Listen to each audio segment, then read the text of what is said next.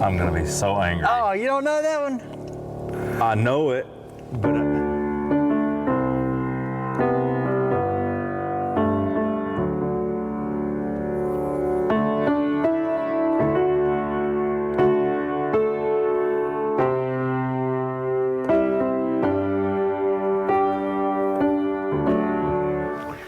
what is that? That's Seven Bridges Road. Oh my God! There's a bad note in there.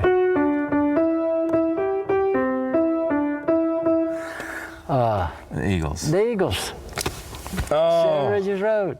Come on, man. man, that would hurt. I thought for sure you'd get it. I was even. Yeah. Yeah, I was even, because one of the last words in one of those sections is free. I think it's free. Probably. And I was like, I know he says the word free, but who's saying It it? says in miles in the trees. Yeah. And I was like, who's saying it? All of them. Yeah. Every one of them. God, it's such a good song. Anyways, hey everybody, welcome back to Great Measures. My name is Richard. This is Judson. Great measures. We are back in the theater for a little while. All right, I'm gonna introduce you to a band today that you have not heard yet. We did reference them in a video recently when we did the Architects song, and I mentioned the Dillinger Escape Plan. Mm-hmm. We're gonna do a song I'm gonna show you a song by the Dillinger Escape Plan. It's a cool name. Yeah, cool band. The song is called 43% Burnt. Okay. You know anything of just the name or? I know who John Dillinger was. Okay. Got shot escaping Nothing about the band. outside of a movie theater. You know about the story of John Dillinger? Sure, yeah. Yeah, it's a cool name for a band. I know nothing about this band. I think they had a Dillinger exhibit in the Smithsonian when I went to visit. Probably. It was like a big deal. Everybody was on his side, even more than Bonnie and Clyde. I think it was the Smithsonian. He went to a movie. He got out. I think he escaped once or twice, but he just was walking down the street with a girl. Somebody shot him. Supposedly. I don't know any. Sure. I don't know any real conspiracy theories on John Dillinger, but we can come up with some. Yeah, we could. All right, so this is 43% Burnt by the Dillinger Escape Plan. 43% burnt. Yeah. Oh, does that mean something? I'll read a little bit of information afterwards. It's yes and no, kinda and kinda not. I don't know. We can make something up. Yeah, absolutely. Let's do it. Okay.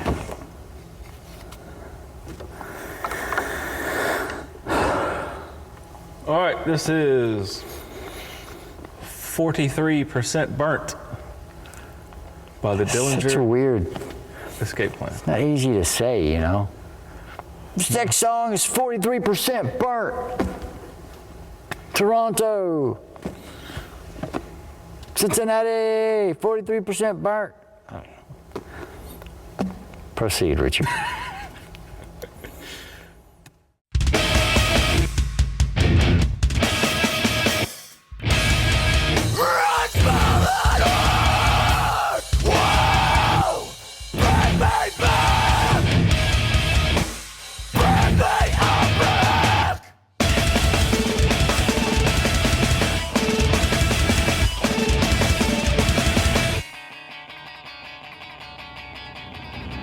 Take my body!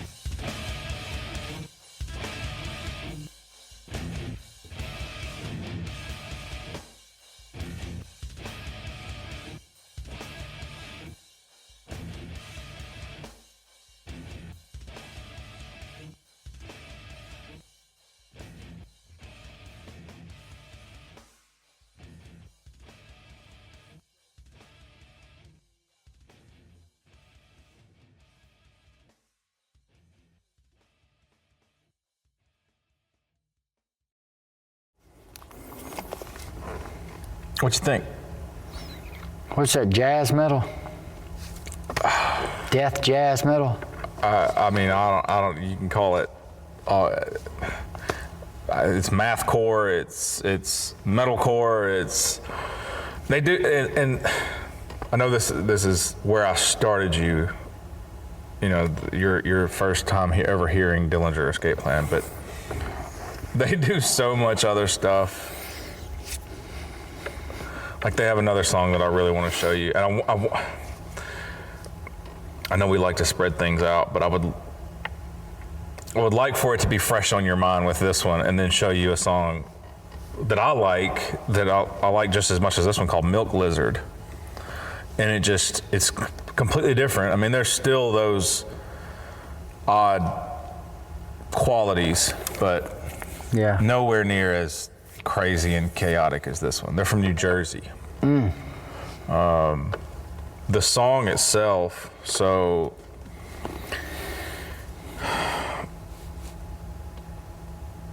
it was number 97 on Rolling Stones, which, you know, say what you want about Rolling Stone, whatever, but on Rolling Stone's 100 Greatest Heavy Metal Songs of All Time. I've seen interviews, so there's Ben Weinman, and the vocalist's name is Dimitri, and I saw an interview with the two of them, and they were talking about the meaning of the song, and it's one of those, the song title has nothing to do with the lyrical content. They just randomly gave songs different names. Okay. But they leave everything up to mystery and really don't give you much context. It's all, you know, open for interpretation. But according to the Rolling Stone thing, when it was given its background of the song,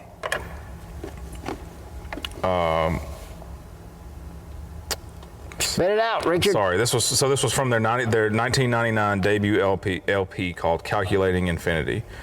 It became like a theme song for the movement later known as mathcore.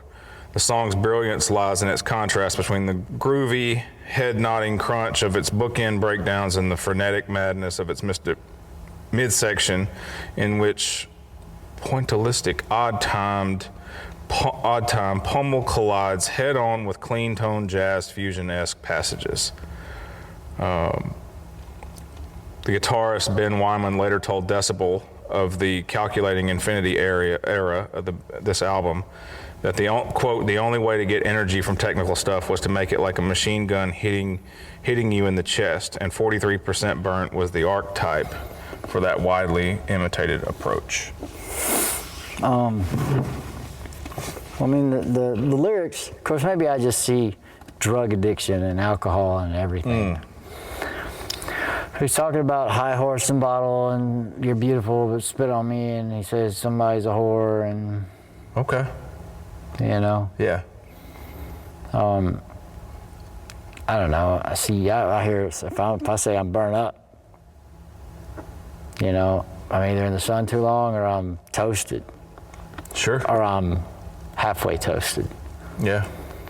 There was there's all kinds of theories. One of the theories is that, and they actually mentioned it to the two band members in the interview, that it was 43% is how much the body can take being burnt and staying alive. And they both laughed and they were like, no, that's really dark. That's not what that's not the reason the name of the song is. Yeah. But like I said, the lyrical content, according to them, the lyrical content has nothing to do with the song title. The song title was just randomly given. That's weird. Yeah. But I like it because it's you can't, I mean, yeah, you can bob your head to the first part and the last part. Right. But the rest of it, Yeah. it just sounds like the drums are playing, and he has a snare going, you know, but it almost sounds like he's not, and I know people would give me crap about this because I say I'm a musician, but it doesn't sound like they're playing a time signature. It just sounds like Sure. he's just playing along with, which I think is cool. It's sort of like an abstract painting or something. Just movement, just kind of erratic movement going on, you know? Yeah. I thought it was cool. The sounds there at the end, if you listen, when they're doing that rah, rah, rah, rah thing, and then it has to be quiet, and it's just the drums when they're doing a little drum. You almost hear this little, like they're having, like because there would be feedback on the guitars when they're trying to hold them, that they have to cut those channels. Okay. Because it's what it said. You keep hearing this at the end, like whenever they're done, because they're doing something crazy. I mean, it's crazy distorting whatever that. Yeah. If you just put your hand on the strings, it's not gonna stop making noise. But yeah, the jazz thing is crazy. Yeah. It's weird. Yeah. It's. All their music is like not like this. I mean. No, I mean. This era, like he referenced in that interview right there, this era of that, which later became what was known as mathcore, was a lot like that, a lot of the stuff. But, as they progressed and over the years. What's the difference between mathcore? Oh God. And like progressive metal, where they're more noise? Even crazier time signatures? I don't know. I couldn't tell you. I mean, if I listened to them, if you were to play a mathcore band and just a regular prog metal band, I would be able to go, that's mathcore. Like I can tell you what they sound like, or I can tell what it is by the sound of it, but I can't put it into words. No, I'm an idiot. Well, I mean, they're playing a lot of notes, but there's some of them they're just crazy. Like they're not up and down scales, Let's see what the definition of mathcore. It's a subgenre of hardcore punk and metalcore influenced by post-hardcore, extreme metal, and math rock that developed during the 1990s. Bands in the genre emphasize complex and fluctuant rhythms through the use of irregular time signatures, polymeters, syncopations, and tempo changes. Early mathcore lyrics were addressed from a realistic worldview and with a pessimistic, defiant, resentful, and sarcastic point of view. Characteristics. According to Metal Hammer, mathcore is the sound of metal being twisted into startling new shapes. Yeah, that's cool. That's cool. Yeah, the genre emphasizes complex and fluctuant rhythms through the use of whatever, we just read that. In the words of the Dillinger Escape Plan bassist, Liam Wilson, they're choppy rhythms that people get kind of tongue twisted on, are Latin rhythms mixed with the speed and stamina of heavy metal, drawing a parallel between them and John McLaughlin's use of Eastern sounds within a jazz context. Yeah, John McLaughlin's cool, dude. Yeah, I like this. I like the metalcore stuff anyway. Right. And then you have the Thaw sound to me in there, just with all the weird distorted parts when there's and the chaos. I think I've seen those referred to as chaos chords. Yeah. I think it's chaos chords. Probably. And I just like the chaos thing all the way around.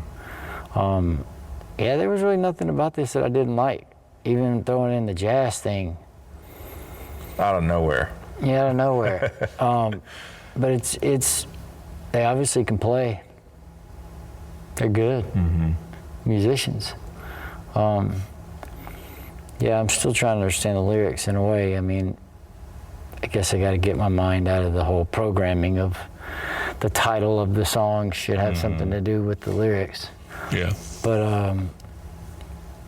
I mean, just to pick a random title out of the air seems I don't know. Well, talking about where I was either watching or reading that interview, and